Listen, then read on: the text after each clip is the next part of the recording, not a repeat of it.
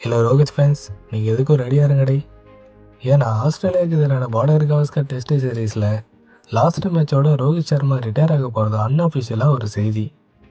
சொல்லப்போனால் இந்த border Gavaskar test series இந்தியாவுக்கு மட்டும் இல்லை, ஆஸ்திரேலியாவுக்கு ரொம்பவே முக்கியமான சீரீஸ்.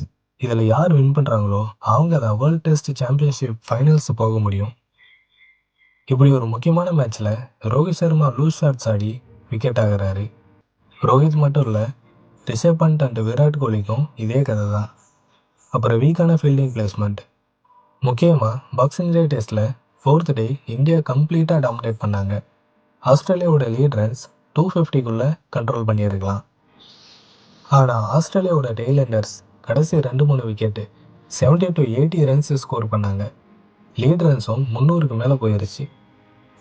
இந்தியா லாஸ் பண்ண இதுவும் ஒரு காரணம். ஃபீல்டிங் பிளேஸ்மெண்ட் டைட்டாக பண்ணியிருந்தா இப்படி அவங்க ஸ்கோர் பண்ணியிருக்க முடியாது. அதே சமயம் ஆஸ்திரேலியா வின் பண்ண டைட்டான ஃபீல்டிங் பிளேஸ்மெண்ட் தான் முக்கிய காரணமாக இருந்தது. இப்படி பல விமர்சனங்கள் வந்ததுக்கப்புறம் 5th டெஸ்ட்டில் பூம்ரா தான் கேப்டன்சி பண்ணுவாருன்னு ரோஹித் சர்மாவும் விராட் கோலி நீக்கப்பட்டு சுமன் கில்லும் துருவ் ஜுரலும் சேர்க்கப்பட வாய்ப்பு இருக்கணும் அக்கம் பக்கம் பேசிக்கிறாங்க. இதுவும் அன்அஃபிஷியல் செய்தி தான். ரோஹித் கேப்டன் ஆனதுக்கப்புறம் பேட்டிங்கில் பர்ஃபார்மன்ஸ் பண்ணலனாலும் டீசெண்டான கேப்டன்சி பண்ணிட்டு வந்தார். T20 வேர்ல்டு கப் எல்லாம் கூட அவரோட கேப்டன்சியில் வின் பண்ணோம்.